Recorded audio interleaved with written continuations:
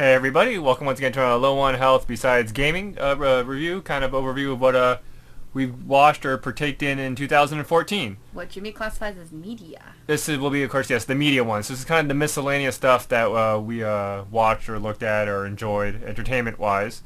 Doesn't really fit in a category of movies or anime or games or whatnot.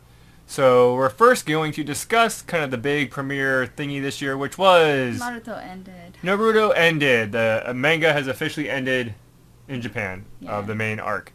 If you And have... it had a crap ending. A lot of people Everyone hates it. A lot of people did not like the ending because it does a super time jump and it does a lot of things with couplings of characters a lot of people are just not happy with. Forced hetero pairings and the characters are just completely out of character for how they've developed. Like Naruto neglecting his son. Bad ending. We'll pretend it ended at chapter 699. Yes, which a lot of people liked. Yes. Of course, they are doing a movie, which hopefully will fill up some of that stuff, and there's still talk about more Naruto narrative, books, and whatnot. To fill in so the it's gaps, not, and they're gonna be bad because it's gonna be more of chapter 700 crap. Yeah, but the internet's not happy. It is. Neither it is. am I. It is over, and it's basically the end for a lot of people. As like Dragon Ball Z ended. I cried the whole day. But the difference is a lot of people in our generation didn't really start watching Dragon or reading Dragon Ball Z at all, or Dragon Ball when it's in manga. But Naruto, a lot of people gravitated towards it because the anime series had a lot of filler stuff. I myself did. I eventually kind of gave up watching the anime and then just went to the manga. Yeah, I watch the anime every now and then, but... So nonetheless, it ended. A lot of people are not happy, but it is what it is. Next thing I want to talk about is, to keep along with books, is the... Pip and Flix. Alan Foster launched a series of books, and a part of them take place in this area, of this universe called the Commonwealth, in which case I've always loved it, and Rose was interested in some type of new book thing to read, and of course this is just cropped horribly. But nonetheless, you started reading the Pip and Flix novels, which there's like 12 different novels. Yeah, I always say Pip and Flix. Yeah, whatever. Flings. In which case she's been reading them. She's kind of got like the last 3 to go. I read them. I enjoyed them. All the cover art is so funny. She loves the different cover art because like... he looks like Marty McFly. In the Trouble Magnet one. It's just... No, all 3 of those. Yeah. The different artist interpretations of him, it varies widely. From what he's actually described of in the books. He has red hair.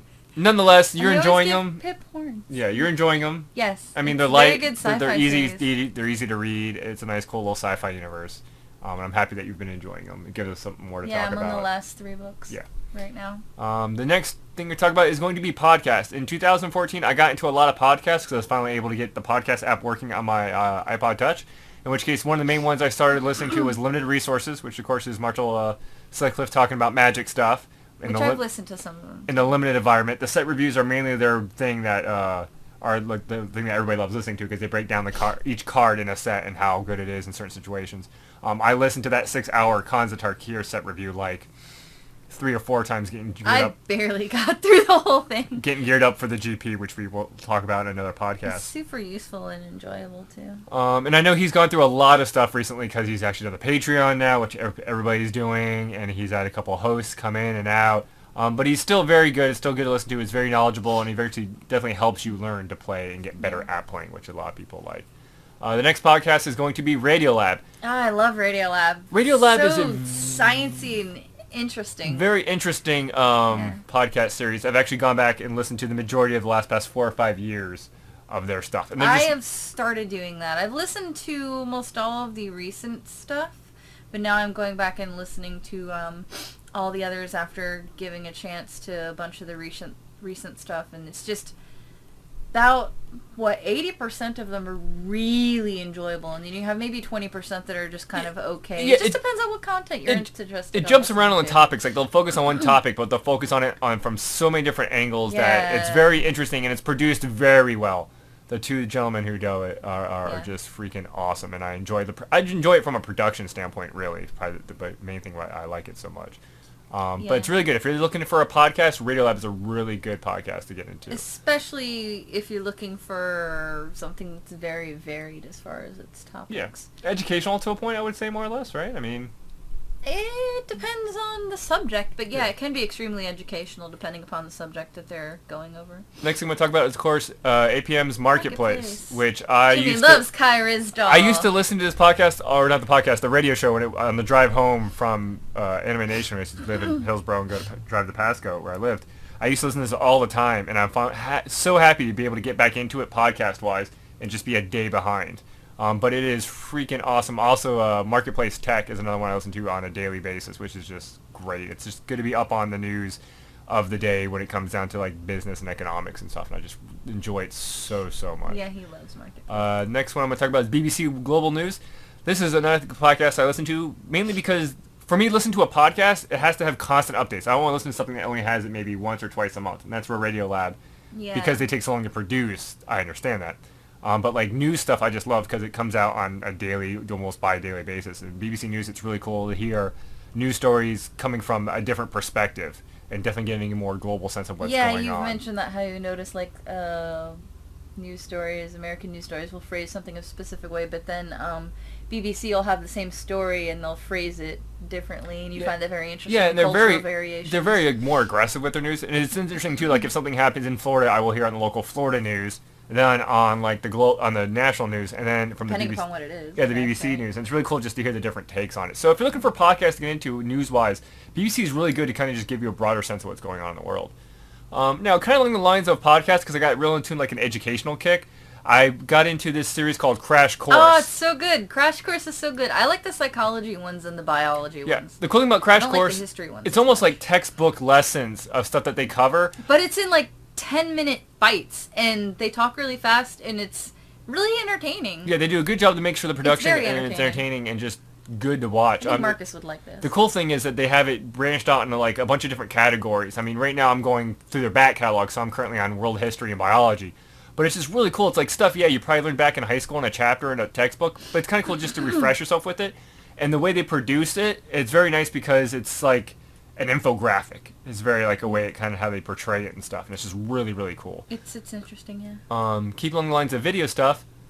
Korra had her last 2 seasons this year. It was taken off air, put on internet only, and then went back on air. Back on air, yeah. But Nickelodeon, I think, basically said, we don't really care about this series anymore. Let's just get it done and over with. And I'm trying to remember. Book 3 was kind of really cool because you kind of had like. They had like the Uber people with the high level powers. Like essentially every single bending has like a higher tier, and you had like this band of like outlaws that were like super awesome. Of the higher bending. And then we had book 4, which had a time jump, which I always love time jumps, as we all know. And it's just really kind of cool to see how they do. We don't want text. How the series has progressed over time. Because I was not a big fan of Korra. In the beginning. No, neither was I. And I can still see 3 and 4 are really good. Like it has a very more powerful back half. Like more mature, like tone. Not saying like it's adult, but it definitely has a higher concept tone. Yeah, it has slightly more mature themes somewhat, but they're still presented in an easily digestible way for kids, which I think is very important.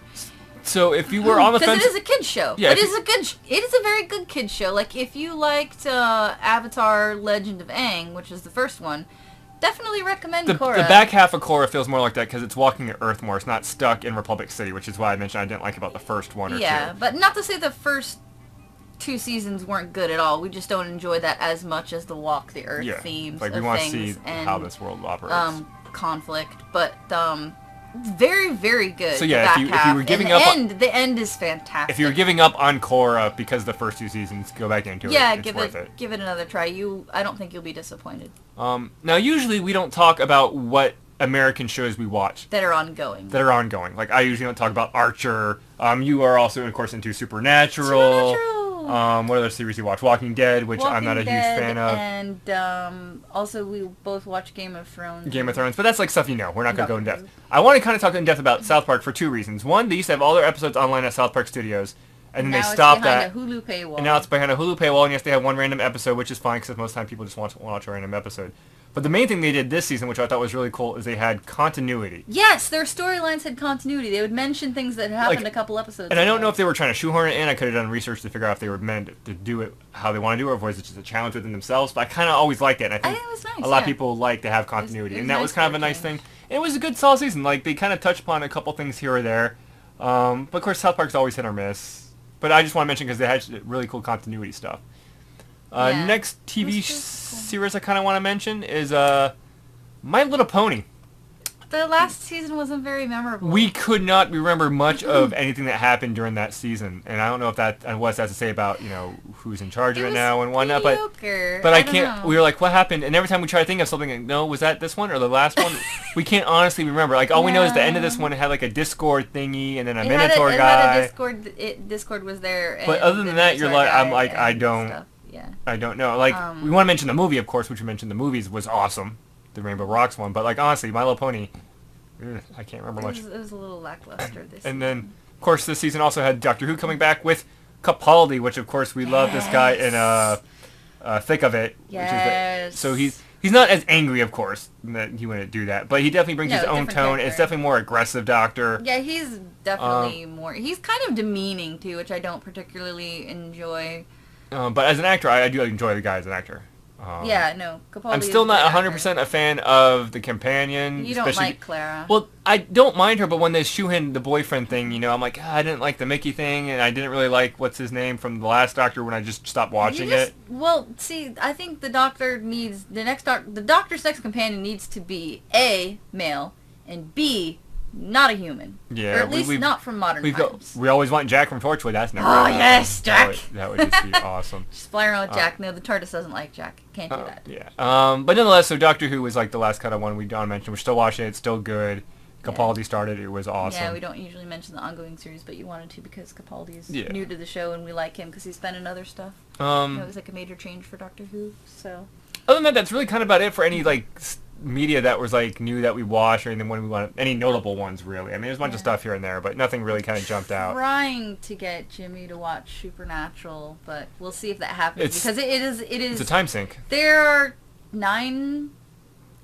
Season 9 is ongoing at the moment, and each episode is an hour long, and that's a lot. It's easier for me to basically. It's a very big time sink. It's easier for me. Like, here's the thing, real quick, with Crash Course. They're 10 minutes. The Crash Course is really good for like 10-minute chunks of something to watch that you don't feel you didn't learn anything. Like, if you just want to watch something, be moderately entertained, and feel like you maybe learned something or remembered something, that's why I mentioned the Crash Course for them. Like, of all that stuff, I probably would say Crash Course is the best beneficial thing of all this media that I watch because it's just really cool and just to be like, oh yeah, yeah, you kind of feel smarter. Out of everything we just mentioned, probably Crash Course and Radiolab if you're just looking for just a couple of things to engage with. Like Radiolab definitely just want a nice cool audio experience because they do a really good job just producing it. But other than that, as always, I thank you guys for watching. We'll have more of these end of year reviews. Once again, are just made for just for us to go back and go, oh yeah, what about this? What about that? Like I don't expect these to be really viewed that much. I don't tag them with anything. So you say that, and this one's gonna get a lot of views. I know, no, it's not. No particular reason. We'll tag it with things. No, we'll tag it. We're not gonna tag it at all. No, but more or less just for archival purposes, just so we can go back and go, what do we do? And just because. Yeah. So as always, thank you guys for watching, and we'll catch you next time. Bye.